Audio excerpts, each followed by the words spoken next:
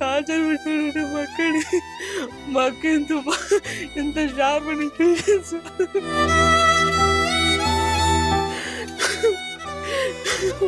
వాడు ఖచ్చితంగా ఉరిశిక్ష పడాలి. వాడి జీవితంలో వాడి జీవితాంతం పడాలి. నాకు ఒక్క మాట దాని ముందర ఫోన్ చేసింది, మీకు మీ అక్క గుర్తు ఫోన్ మాట్లాడతా, ఏం చెప్పండి, ఏం లేదు. ఏమైందో ఎప్పుడు ఏమైందో మా అక్క వాడి కోసం ఎంత తాపత్రయపడిపోయిందో. మీ బావ అన్ని రాజీ చేయాలి, మీ బావ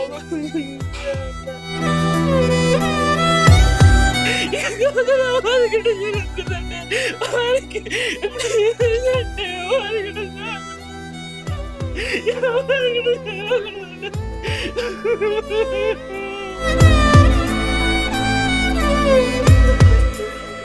వాడు ఏ ఆడపిల్ల జోలికి పోకూడదు. మా పాప మా కోసం చేతో లేకుండా చేశాడు వాడు. వాళ్ళ దగ్గర దూరంగా ఉండాలి. వాడు జైలు మగ్గిపోవాలి. వాడు నువ్వంటే నాకు ఇష్టం లేదు, నువ్వు అట్లా మక్కము, నీది పాడు ముఖము, నీ మీద నాకు ఫీలింగ్స్ కలగడంలే, నువ్వు ఫోన్ చేయకు అని చెప్పింది అన్నాను సార్. వద్దంటే నువ్వు ఫోన్ చేయొద్దని చెప్పి చచ్చిపో, నువ్వు చచ్చిపోతావేమో చచ్చిపో, నువ్వు ఇంట్లో ఏమన్నా చెప్పుకో, నాకు సంబంధంలే, ఇట్ట బుగ్గగిలి నీ స్మైల్ బాగుంది అని చెప్పినాడు సార్. ఇప్పుడు ఆ స్మైల్ బాగలేదంట, నా బిడ్డ బాగలేదంట, వానికి నచ్చలేదంట, నా బిడ్డ మీద వానికి ఫీలింగ్సే రాలేదంట సార్. ఈ వద్దని డాడీ అంటే ఆడ బాధపడతాడు అని చెప్పి చేసుకునే వరకు తెచ్చి హ్యాంగింగ్ చేసుకుంది సార్. నా బిడ్డ మాకు జరిగిన అన్యాయం ఎవరికి జరగదు, ఏ ఆడపాపకు జరగకూడదు. ఆ అబ్బాయి అట్లాంటి చీడపురుగు ఈ సమాజంలో ఉండకూడదు, ఇంకొక పాపకి ఇట్లాంటిది జరగకూడదు నాయన, అది మేము కోరుకుంటాండేది. కడప పటేల్ రోడ్డులో అత్యంత దారుణ ఘటన చోటు చేసుకుందని చెప్పవచ్చు. ఎందుకంటే పెద్దలు ఎంతో సంతోషంగా ఒక వివాహానికి ఏర్పాట్లు చేశారు. ఈ క్రమంలోనే ప్రొద్దుటూరుకు చెందిన షాజహాను, అలాగే కడప పటేల్ రోడ్డుకు చెందిన రెహానా, వీళ్ళిద్దరికీ ఆగస్టులో పెళ్లి జరగబోతోంది. ఈ క్రమంలోనే షాజహాను రెహానాకు నువ్వు అందంగా లేవుండు అని చెప్పి వాట్సాప్లో చాటింగ్ చేయడము, ఆ అమ్మాయిని హరాజ్ చేయడంతో, ఆ అమ్మాయి మెసేజ్లు పెట్టడంతో మనస్తాపానికి చెందిన రెహానా ఆదివారము తన గదిలో ఉన్న విషయం వెలుగులోకి వచ్చింది. కుటుంబ సభ్యులు ఎంతో ఆవేదన వ్యక్తం చేశారు. ఎందుకంటే ఎంతో ఆనందంగా, ఎంతో ఈ పెళ్లి వేడుకలు జరగబోతాయని చెప్పి కుటుంబ సభ్యులు ఎంతో ఆనందంగా ఉండే ఈ క్రమంలో ఓ పక్క రెహానా కూడా ఎంతో సంతోషంగా ఉండే ఈ క్రమంలో ఆ అబ్బాయి ఈ విధంగా హరాజ్ చేయడం పట్ల ఆ అమ్మాయి కుటుంబ సభ్యులు ఎంతో ఆవేదనతో ఉన్నారు. ఒకసారి మనం రెహానా ఇంటి దగ్గర ఉన్నాము, వెళ్ళి అసలు ఏం జరిగిందని చెప్పి కుటుంబ సభ్యులను అడిగి మరింత సమాచారం తెలుసుకునే ప్రయత్నం చేద్దాం. వాడు ఖచ్చితంగా ఉరిశిక్ష పడాలి. వాడి జీవితంలో వాడి జీవితాంతం పడాలి. ఇంకా మా అక్కకి జరిగినట్టు ఎవరు జరగకూడదండి. వాడు ఎంత టార్చర్ పెట్టాడంటే మా అక్క ఎంత షార్ప్ అని తెలుసు. ఎంఎస్సీ బయటకు వచ్చి యూనివర్సిటీలో టాప్ సెకండ్ మా అక్క. అట్లాంటిది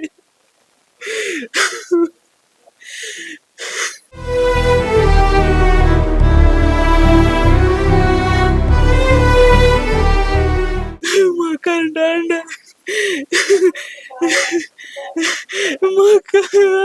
మాకు అంటాడు కానీ మా బావతో వచ్చాడు కాదని అంటాడు కానీ మళ్ళీ ఊరికి లేరా ఎందరో బాగానే చూసుకుంటూ ఆడరా అంటాడు కానీ నేను ఉన్నా మా అక్కను కాపాడుకోండి. నాకు ఒక్క మాట దాని ముందర ఫోన్ చేసింది, మీకు మీ అక్క గుర్తు ఫోన్ మాట్లాడతా, ఏం చెప్పండి, ఏం లేదండి.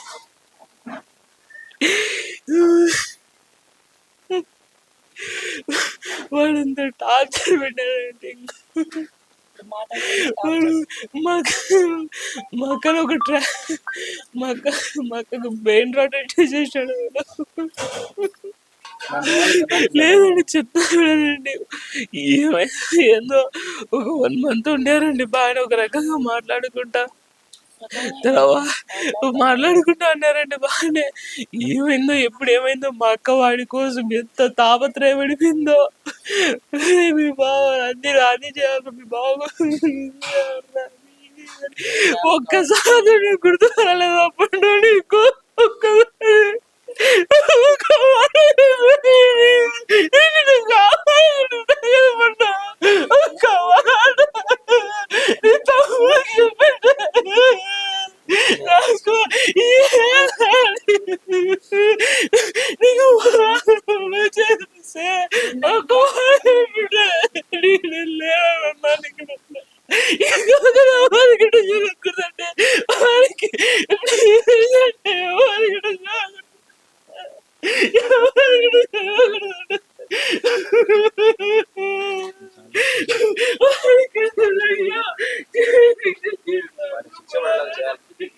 నేను వాళ్ళ చిన్న కొడుకు మాడుతున్నాను. మా చెల్లి ఎంతో మంచిది, గుణవంతురాలు. తల్లిదండ్రులు ఇచ్చిన సంబంధం చేసుకోవాలా, వాళ్ళకి చెడ్డ పేరు తాగుతుందని అది ఎంతో బాగుండేది. చేసుకునే చివరికి వాడు ఇంత అరెస్ట్ చేసి ఫోన్లను టార్చర్ చేసి నా చెల్లెని వాడు చంపేసినాడు. బయటికి రానియకుండా తనను తాను సూసైడ్ చేసుకునేలాగా చేశాడు. వాడు ఎంతో మానసికంగా వేధించాడు. వాడికి శిక్ష పడాలా. జీవితంలో వాడు ఇంకా ఏ ఆడపిల్ల జోలికి పోకుండా వాడికి శిక్ష పడాలా. జీవితాంతం వాడు జైల్లోనే ఉండాలా.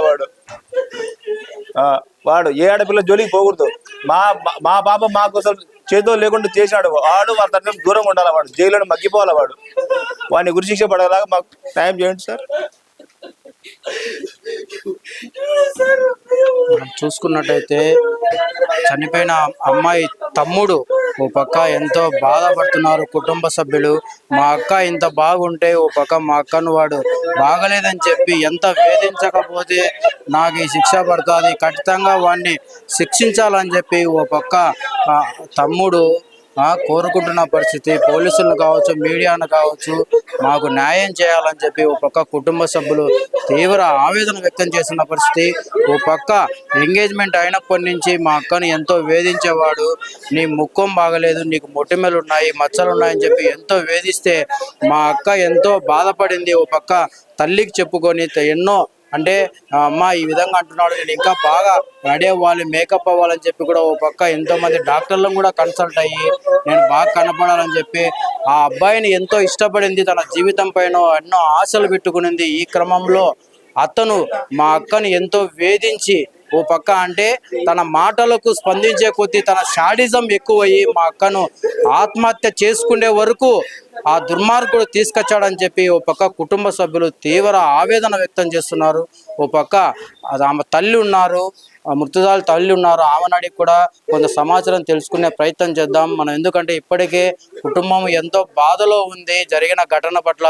సరే ఆమెను అడిగి మరింత సమాచారం తెలుసుకున్నాం. అమ్మ, మీకు ఓ పక్క మీ కూతురు ఏం చెప్పేది అంటే ఈ విధంగా ఆత్మహత్య చేసుకోవడానికి గల కారణాలు ఏమన్నా చెప్పిందా?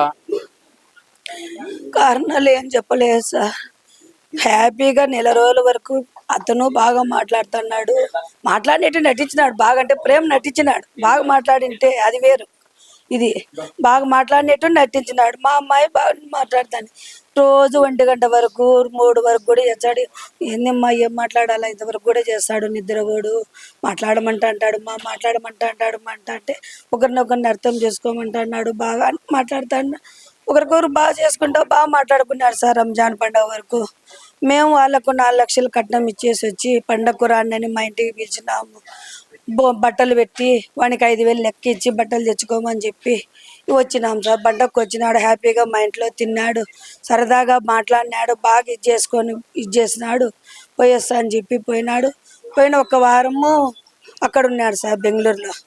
1 వారం తర్వాత వరకు మాట్లాడినారు. 1 వారం తర్వాత మళ్ళీ కడపకు వచ్చినాడు సార్. కడపకు వస్తాడు అని చెప్పినాడు సార్. వచ్చినాక నుంచే ఫోన్ చేయలేదు సార్. నేను కడపకు వచ్చినాక రోజు మాట్లాడేవాడు. కడప ప్రొద్దుటూరుకు వచ్చినాక ఫోన్ చేయలేదు అని మా అమ్మాయి ఫోన్ చేసింది సార్. ఫోన్ చేస్తే నువ్వు నాకు ఫోన్ చేయగాకు, నువ్వంటే నాకు ఇష్టం లేదు, నువ్వు అట్లా మకము, నీది పాడు ముఖము, నీ మీద నాకు ఫీలింగ్స్ కలగడంలే, నువ్వు ఫోన్ చేయగాకు అని చెప్పింది అన్నాను సార్. ఏందో ఊరికనే అంటున్నాడేమోలే అనుకునేదంట సార్. ఎప్పుడన్నట్టు ఫ్రాంక్ తమాసుకుంటాను. నేను ఏం తమాసుకు మాట్లాడుతున్నావా అని అంట. నేను తమాసా కాదు నిజంగానే అంటాడా. ఇంతమంది కూడా నీతో అన్నా కదా, నువ్వు తిక్కమకం దానివి, నువ్వు సీరియస్గా తీసుకోలే. నేను ఇప్పుడు సీరియస్గానే చెప్తాను. నిజం చెప్పు అని మా కూతురు ఛాన్సే బాధపడి అవన్నీ అడిగిందంట సార్. నిజమే చెప్తాను, నువ్వు ఫోన్ చేయి, కట్ట చేయి, ఫోన్ పెట్టేసేయి, చేయగాకు. నువ్వంటే నాకు ఇష్టం లేదు, నీ మీద ఏ ఫీలింగ్స్ రావడంలే, నాకు 2-3 గర్ల్ ఫ్రెండ్స్ ఉన్నారు అని చెప్పినాడు. వానికి ఇంతకుముందు కూడా ఎంగేజ్మెంట్ అయిందంట సార్ పులిందల్లో. వాళ్ళ అమ్మోళ్ళు మాకు చెప్పలే. సరేలేని మా ఊరికి ఏమన్నా అన్నాడేమో అని 2 శనివారం శుక్రవారం వచ్చినాడు. శనివారము, ఆదివారము, సోమవారం నైటు ప్రొద్దుటూరు నుంచి కాక కడప నుంచి వచ్చి బెంగళూరు బస్సు ఎక్కడానికి వచ్చినాడంట సార్. ఏమన్నా ఊరికి అన్నాడేమన్నా కలిసి మాట్లాడితే కొంచెం ఏమన్నా అర్థం చేసుకుంటాడేమని ఐటీ కాడికి నేను వస్తాను, మన ఇద్దరం మాట్లాడుకుందాం అన్నాడంట సార్. అడిగిందంట సార్. నేను వద్దంటే నువ్వు వస్తానంటావే పాడమ్మకం నాన్న అని అన్నాడంట సార్. అంత మాట అనే తెలికి నన్ను పాడమకం అంటావి అని అన్నాడు సార్. నిజమే, నీ ఏం మకం నీది, తట్టలు గడగని కూడా పనికిరావు నువ్వు. నా కూతురు ఎంఎస్సి బయోటెక్నాలజీ చదివిన పిల్ల తట్టలు గడగను కూడా పనికి రాదన్నాడంటే సార్ వాడు ముండ నా కొడుకు. నీకేం పని వచ్చే, నువ్వు పాడమకం ఉండవు, నువ్వు వద్దు నాకు, నా దగ్గరికి రాకని పోయినాడు సార్ వాడు. సోమవారం పోయినాడు కదా వాడు. సోమవారం రాత్రి అంతా ఇది అయిపోయింది, మంగళవారం బుధవారము మళ్ళీ ఈ పాప ఇది చేసింది సార్. అయినా వాడు ఫోన్ ఎత్తలేదంట. నీకు ఎట్లుండాలో చెప్పు, నేను అట్లే నడుచుకుంటా అని ఈ పాప నచ్చ చెప్పుకొని అడిగింది. నువ్వు వద్దంటే నువ్వు ఫోన్ చేయొద్దని చెప్పి చచ్చిపో, నువ్వు చచ్చిపోతావేమో చచ్చిపో, నువ్వు ఇంట్లో ఏమన్నా చెప్పుకో, నాకు సంబంధంలే, నువ్వు ఇంట్లోనో వాడంటే నాకు ఇష్టం లేదని నువ్వే చెప్పుకో, నేను చెప్పను మీ వాళ్ళకు, మా వాళ్ళు కూడా నీకు ఫోన్ చేయరని వాళ్ళు కూడా ఆ పొద్దుట నుంచి ఎవ్వరు ఫోన్ చేయలేదు సార్. అయ్యాలకు బాగా చేస్తా అయ్యమ్మ అది ఇది అంటానింది సార్. వాళ్ళు ఎవ్వరు ఫోన్ చేయకుండా అందరు సైలెంట్గా 4 లక్షలు కట్నం తీసుకొని అందరు సైలెంట్గా అయిపోయి నా బిడ్డను ప్రెజర్ పెట్టి నువ్వు సజ్జిపో నువ్వు పాడు మక్కం అట్ట మక్కం అని చెప్పి హింసించి నన్ను హరాస్మెంట్ చేసినాడు సార్. వాడికి శిక్ష పడాలా, వాడు జాబ్కు అర్హుడు కాదు సార్. వాడికి గర్వం ఎక్కువ ఉంది సార్. వాడికి శాలరీ ఎక్కువ అని చెప్పి గర్వం ఎక్కువ ఉంది సార్. వాడిని పొగరు, ఈ అమ్మాయి కాకుంటే ఇంకొక అమ్మాయి నాకు ఈ శాలరీ ఉంది కదా, ఇంకొక అమ్మాయి నాకు ఇష్టపడి వస్తుంది అని అనుకొని వాడు హెచ్చరిపడతాడు సార్. వాడు సాఫ్ట్వేర్ ఇంజనీరింగ్ సార్. వాడు శాంసంగ్ కంపెనీలో సాఫ్ట్వేర్ కంపెనీలో ఉద్యోగం సార్. మంచి శాలరీ, మంచి ఉద్యోగం, ఇరుగు పొరుగు పంచోళ్ళు అని చెప్పినాడు సార్. మాకు బ్రోకర్లు కూడా అట్లే చెప్పినాడు సార్. మేము ప్రేమ, మాకు వాళ్ళు బంధువులు కాదు, మేము వాళ్ళకి బంధువులం కాదు సార్. అందరూ వాడు మీ బిడ్డ బాగా నచ్చిందని చెప్పినాడు సార్. వాడు మీ బాబు ఫోటోలో కంటే ఈడే బాగుంది అన్నాడు. ఇప్పుడు చూసినాక నిశ్చితార్థం అయిపోయి 20 రోజుల తర్వాత బాగలేదంట వానికి. ఎంగేజ్మెంట్లు ఇట్ట ముద్దులు పెట్టి ఇట్ట బుగ్గ గిలిన నేటి కూడా ఉన్నాయి సార్. ఇట్ట బుగ్గ గిలి నీ స్మైల్ బాగుంది అని చెప్పినాడు సార్. ఇప్పుడు ఆ స్మైలు బాగలేదంట, నా బిడ్డ బాగలేదంట, వానికి నచ్చలేదంట, నా బిడ్డ మీద వానికి ఫీలింగ్స్ రాలేదంట సార్. ఇంకా ఏం చేస్తుంది సార్ నా బిడ్డ, అంతకంటే ఇంకా ఏం చెప్పుకోవాలా. మా నాన్న ఇంత ఘనంగా నా నిశ్చితార్థం చేసి అందరికీ ఫ్రెండ్స్ అందరికీ చెప్పుకొని ఈ పొద్దు వాడు వద్దన్నాడని చెప్తే మాకు బంధువులలో పరువు పోతాదని చెప్పి అట్ట ఆలోచన చేసి ఎవరికి అక్కకు బావకు తమ్మునికి ఎవరికి ఇంతమంది ఉన్నాయి ఎవరికి చెప్పుకోలేక, ఫ్రెండ్స్కు చెప్పుకోలేక అందరి గురించి రాసిరే. ఇంతమంది ఉండారు, నేను ఎవరికి చెప్పుకోలేకుండా ఉండారా. మా డాడీ బాధపడతాడు ఇంత మంచి సంబంధం తెచ్చినా అని చెప్పి. ఈ పొద్దు వద్దన్నాడు డాడీ అంటే ఆడ బాధపడతాడు అని చెప్పి వరకు తెచ్చి హ్యాంగింగ్ చేసుకుంది సార్. నా బిడ్డ హ్యాంగింగ్ చేసుకుంది. మా పాప నాదెళ్ళ రెహనాను షాజహాన్ అనే అబ్బాయికి పెద్దలు కుదిర్చిన వివాహమే చేస్తే వాడు బాగా క్లోజ్గా మూవ్ అయ్యి ఫోన్లో మాట్లాడి పాపకు బతుకు మీద సంసారం మీద ఆశలు కల్పించి ఫ్యూచర్ని బాగా కలలుగనేలాగా చేసి అన్ని 20 రోజులు బాగా మాట్లాడి తర్వాత నువ్వంటే నాకు ఇష్టం లేదు, నాకు గర్ల్ ఫ్రెండ్స్ ఉన్నారు, నాకు అన్ని అలవాట్లు ఉన్నాయి, నువ్వే వద్దని చెప్పు, మీ ఇంట్లో నా తప్పు ఉండకూడదు, నువ్వే చెప్పి ఎట్లన్నా చచ్చిపో, నువ్వే చెప్పి ఈ పెళ్ళిని ఆపియాలా అని మా పాప నారాజు చేసి మా పాప ఎంతో ఆనందంగా మంచి సంబంధం వచ్చింది, నా సంసారం బాగుండాలా అని అన్ని కలలు మేడలు కట్టుకునే పాప తల్లిదండ్రులు మంచి సంబంధం తెచ్చినారు అని బాగా హ్యాపీగా ఉన్నాడు మా డాడీ అని వాళ్ళని చూసింది 20 రోజులు. మా డాడీకి ఎట్లా చెప్పుకోవాలా, నా నిశ్చితార్థం ఆగిపోతే నన్నేమనుకుంటారో, మా డాడీ పరువు పోతుంది, మా డాడీని బాధ పెట్టలేక ఆ పాప ఇంట్లో చెప్పుకోలేక ఇట్లా వీనితో వేగలేక మా పాప చచ్చిపోయింది. అయినా ఇప్పుడు ఎవరిది చేశారు, మాకు జరిగిన అన్యాయం ఎవరికి జరగదు, ఏ ఆడపాపకు జరగకూడదు. ఆ అబ్బాయి అట్లాంటి చీడపురుగు ఈ సమాజంలో ఉండకూడదు, ఇంకొక పాపకి ఇట్లాంటిది జరగకూడదు నాయన, అది మేము కోరుకుంటాండేది. వాడు ఏదన్నా శిక్ష పడితే మాకేం రాదు, మా పాప మాకేం రాదు, కానీ నా బిడ్డకు జరిగినట్టు ఇంకొక ఆడపాపకు జరగకూడదని దయచేసి అందరికీ ఈ సమాజంలో ఉన్న ప్రతి ఒక్కరికి ఆడపిల్లల్ని టరాజ్ చేయకూడదని నేను మనస్ఫూర్తిగా కోరుకుంటున్నాను. 2 వీక్స్కి ఒకసారి బెంగళూరు నుంచి ఇక్కడ వాళ్ళ సొంత ఊరికే వస్తూ ఉంటాడంట. వచ్చిన తర్వాత వీడియో కాల్లో ఆ పాప మామూలుగా అంతకుముందు నార్మల్ కాల్స్లో మాట్లాడేవాడు, మీ ముందు ఇప్పుడు నుంచి వీడియో కాల్ మాట్లాడేవాడంట. వీడియో కాల్ మాట్లాడుతూ ఉండింటే ఇప్పుడు చాలా రోజులు మాట్లాడుతూనే ఉన్నారు. కానీ మరి ఒక రోజు వీడికి ప్రొద్దుటూరుకి వచ్చిన తర్వాత వీడియో కాల్ మాట్లాడుతూ ఉండింటే ఈ పాప వచ్చి ఐ లవ్ యూ అని ఆ అబ్బాయికి చెప్పి నిండింటే నువ్వు నాకు ఇష్టం లేదు అని ముఖాన్ని చెప్పినాడంట. ఆ పాప ఏం ప్రాంక్ చేస్తున్నావా అంటే అబ్బాయి అన్నీ చెప్పేది జస్ట్ ప్రాంక్ జస్ట్ కిడింగ్ అనేవాడంట. అది కూడా ఇట్లనే అన్నాడేమోలే అని అనుకుని నిన్నింది. లేదు నేను సీరియస్గా చెప్తున్నా, నీ ముఖం నాకు చూడబుద్ధి కావడంలే, నీతో మాట్లాడబుద్ధి కావడం లేదు, నీతో మాట్లాడాలంటే నాకు ఎక్సైట్మెంట్ రావడం లేదు, నాకు నువ్వు బోర్ అయిపోయినావు అన్నట్లు మాట్లాడినాడు. వాడు టైం పాస్ చేసినాడు ఈమెతో. అది పాపకు అర్థం కాలే. అమ్మా నాయన తర్వాత అంతా భర్తే అని అనుకునింది. లైఫ్ లాంగ్ వానితోనే బతకాలా అని అనుకుని నిండింది. అన్ని ఆశలు అన్ని మాటలు చెప్పినాడు వాడు. మాతో కూడా ఇట్లా అని చెప్పి నిన్నాడు. అయిన తర్వాత ఆ పాప వారం నుంచి 10 రోజుల నుంచి మాట్లాడడం లేదంట. ఒక వారం రోజు వాళ్ళ అమ్మ వాళ్ళ అక్క వాళ్ళ చెల్లెలు, వీడే పెద్దోడు, వాళ్ళ చెల్లెలు ఫోన్ చేసి, వదినా నువ్వు ఇది నేర్చుకో వదినా, మా అన్నకి ఇది ఇష్టము, మా అన్నకి ఇట్లా వేసుకుంటే ఇష్టము, అట్లా వేసుకుంటే ఇష్టము, మా అన్నకి ఈ కూర అంటే ఇష్టము, ఇట్లా నేర్చుకో అట్లా నేర్చుకో అని చెప్పేవాళ్ళు. మేము వాళ్ళ ఇంటికి వెళ్ళి నిన్నాము. నేను నా తమ్ముడు ఒకసారి పోయేసాము, ఏదో పని ఉండి ప్రొద్దుటూరు పోయి నింటే చూసొద్దాము, ఒకసారి పలకరించొద్దాము అని పోయి నిన్నాము. పోయిన తర్వాత వాళ్ళ కొడుకు గురించి కొంచెం నెగిటివ్గా చెప్పినాడు.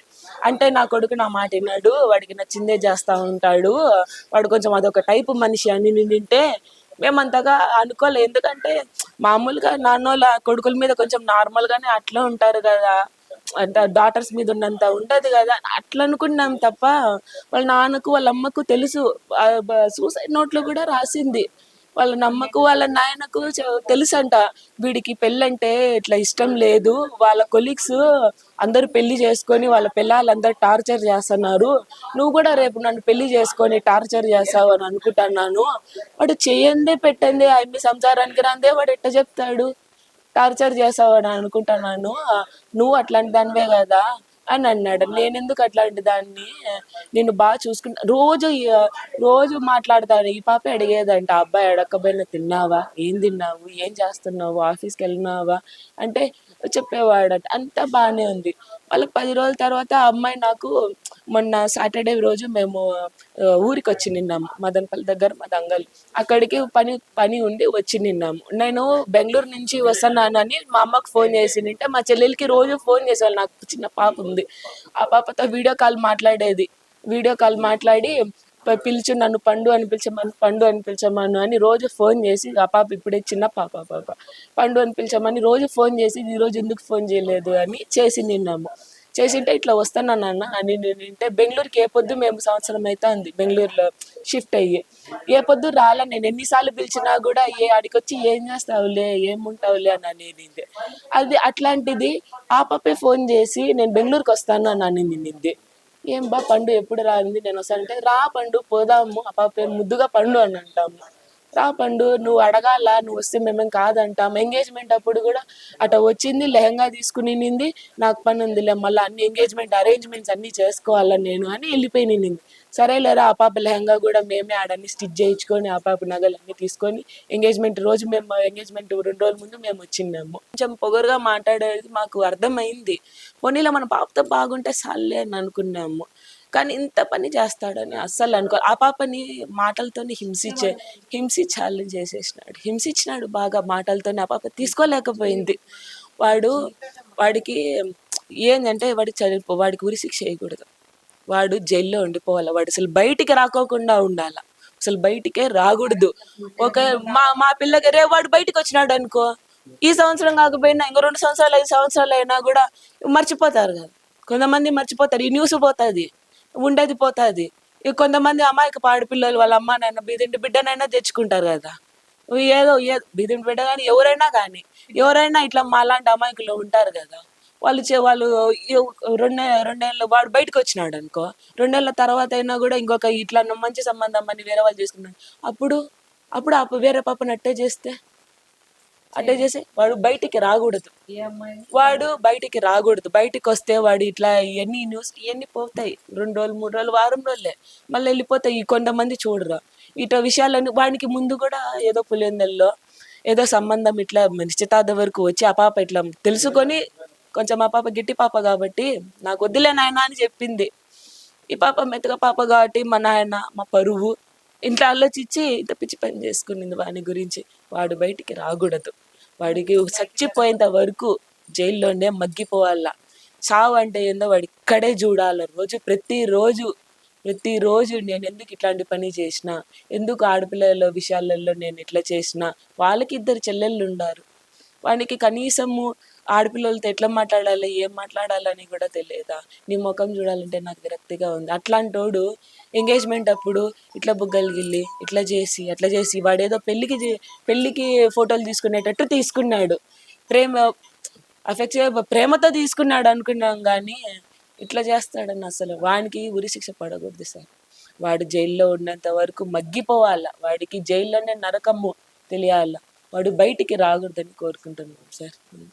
తల్లిదండ్రులు ఒకటే కోరుకుంటున్నారు, ఇంత దారుణంగా అమ్మాయి సూసైడ్ చేయడానికి కారణమైనటువంటి షాజహాన్కు ఒకటే శిక్ష పడాలి. అంటే మా బిడ్డ ఎలా చనిపోయింది తిరిగి రాదు, ఇంకొక ఆడబిడ్డ అన్యాయం కాకూడదంటే అతనికి కఠినంగా శిక్ష పడాలని చెప్పి తల్లిదండ్రులు ఎంతో ఆవేదన వ్యక్తం చేస్తున్నారని చెప్పవచ్చు. ఎందుకంటే తన బిడ్డను ఎంతో ఆవేదనకు గురి చేశాడు. నువ్వు అందంగా లేవు, నువ్వు ఇలా ఉండాలి అలా ఉండాలంటే మా బిడ్డ తన కోసము ఎన్నో ప్రయత్నాలు చేసింది. అయినప్పటికీ మా బిడ్డతో ఇన్ని ఆటలాడి ఈరోజు నువ్వు నచ్చలేదని చెప్పి మా బిడ్డ చనిపోయే వరకు తీసుకొచ్చాడు.